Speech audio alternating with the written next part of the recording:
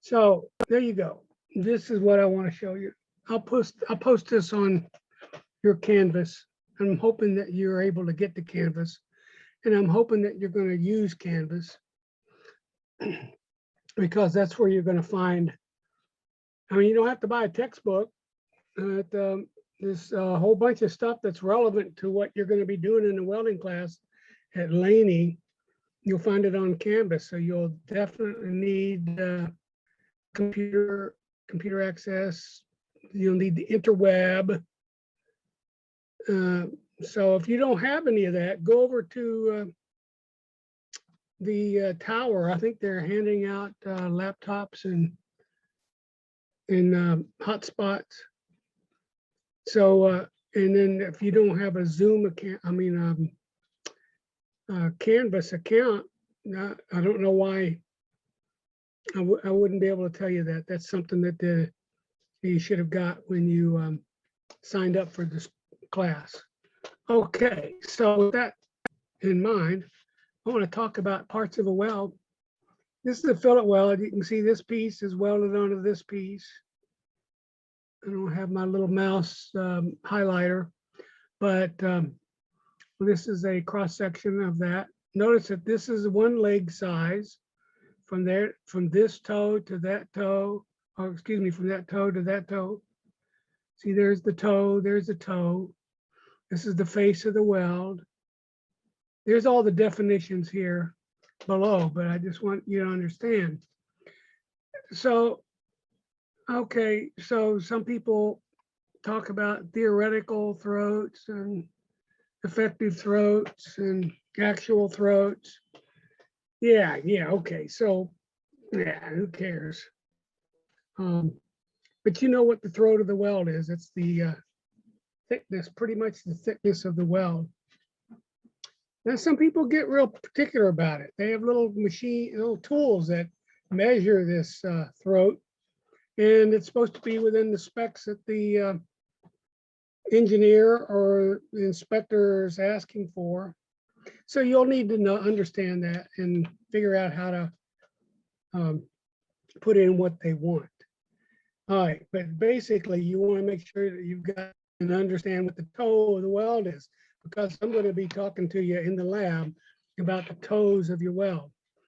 The weld root on a fillet weld, you're not going to be able to really see that too much unless you take and cut it with the bandsaw, cut the part in half. So, so what we're going to be interested in though is to put this is only one bead on each side, on each one of these sides of the fillet weld. And what you're going to wind up wanting to do is multi-pass welding. So you're going to have one bead. This is I call this the root. This would be the root pass, okay? Then the second bead would be down here. You'd point your welding rod or your electrode at this toe. And your weld puddle should go from about 3/4 of the way over the top of this, at least to the center, and then all the way over to here. So all this part down through here is got a bead on it, right? That would be your second bead. And of course, I'll have to probably show you that so you'll understand it. But because we don't have face-to-face classes anymore, this is the best we can do.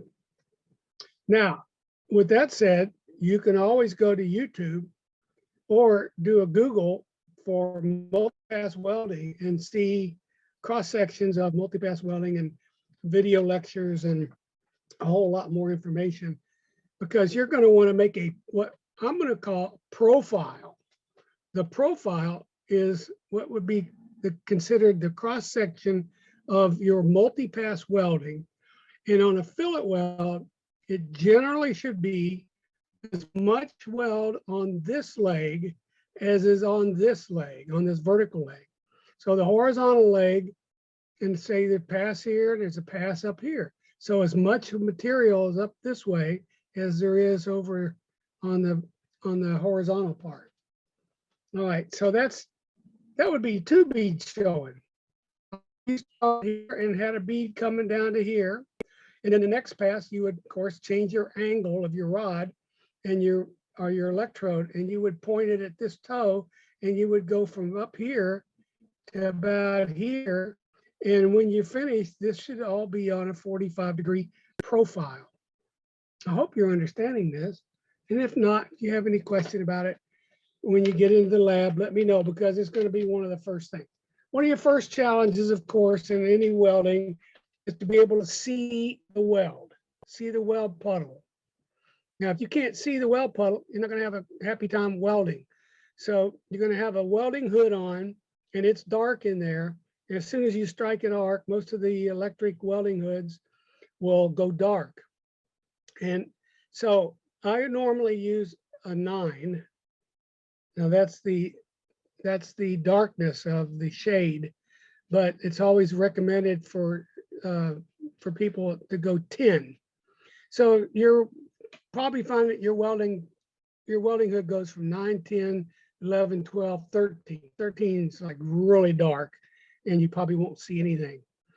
So start off with 10, and if you're able to see your weld puddle, then you'll be a happy person. And so your first challenge is to see the puddle, and then your second challenge is to be able to run a straight bead. Now you're going to have to prop up and get anchored in. If you're going to try to freehand it, you're going to have trouble. Beginner students always have trouble freehand. So prop up. In other words, you anchor up. In other words, you put your elbow on the table, or you hold on to something. At Laney, it's a whole different game. So I'm just telling you now that you may have issues. So if you're having problems propping up, or what we call anchoring, you want to get comfortable. That's the whole idea behind propping up and anchoring, is you want to anchor yourself in so that you're steady. That's the deal. The steadier you are on welding a bead, the straighter, the more uniform that bead is, the better able you're to make a good profile that'll pass an inspection. It's pretty much that simple. I know.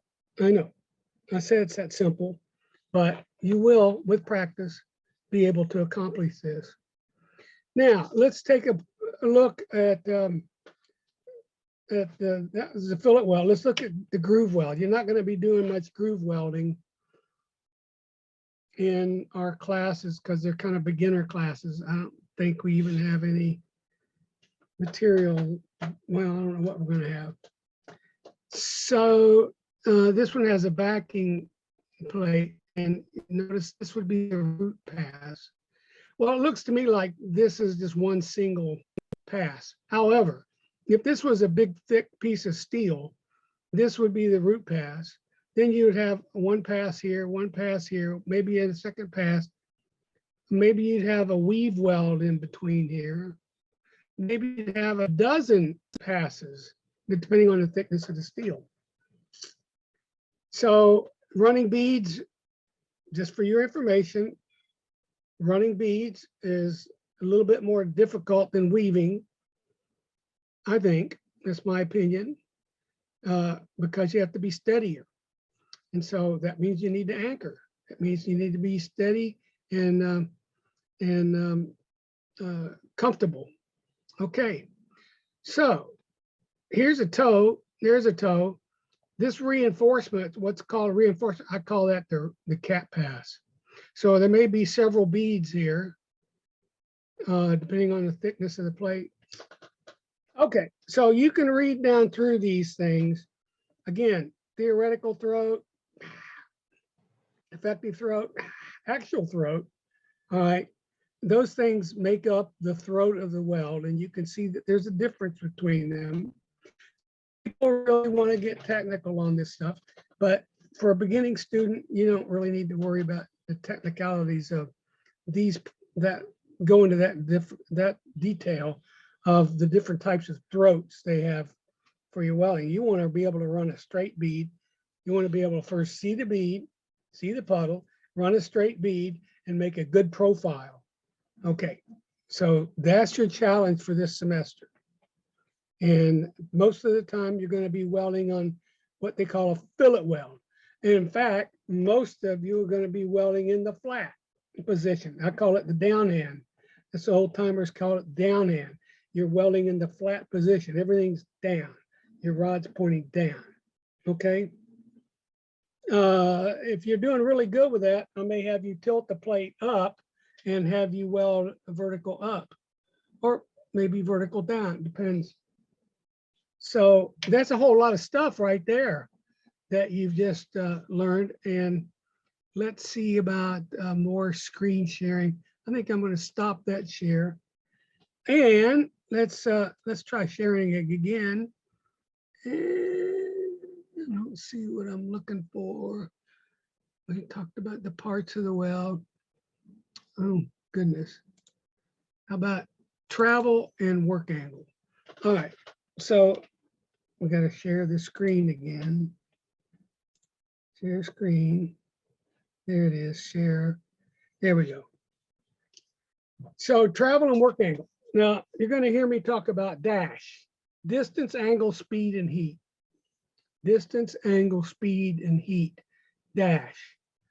All right, dash means the distance your electrode is from the workpiece is important. You got to keep it tight. Angle is your work angle and your travel angle. And you can see here, there's two types of angle. There's a work angle and a travel angle. All right, so they need to be proper. So again, if you're propped up and you work angle and the right travel angle, you'll probably be pretty successful in running beads. All right, again, this one here is groove weld. It's a butt weld, but most of the time you're going to be working in fillet weld. All right, so distance, angle, speed. So you're going to be hearing me say, keep it tight, slow down, keep it tight, slow down. Most students, they just take off. Now you can run a fast speed if you need to, but there's a logic to welding, and the bead is always going to be appropriate looking bead. Now it may be a thick bead, it may be a skinny bead, depending on the heat and the speed. All right, but there's a happy medium where if you look at all the welds that you see around in the world, you'll see that they all look pretty much the same.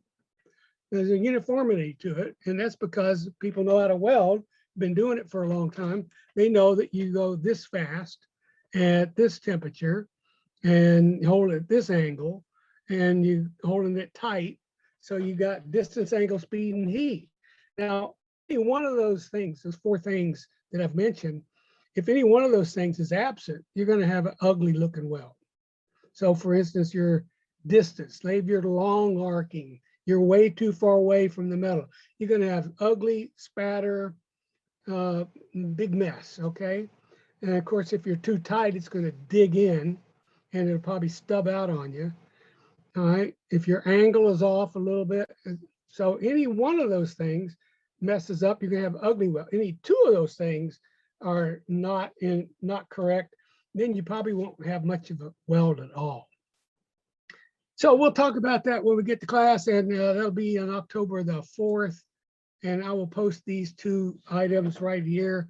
And of course, these are something right out of a textbook somewhere. If you have a textbook reading up on this stuff, I like to tell people go to YouTube.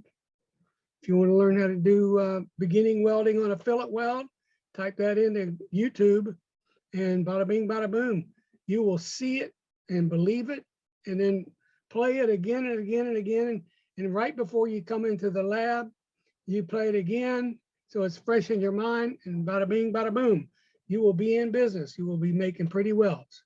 Okay, so that's about all I had to say about that.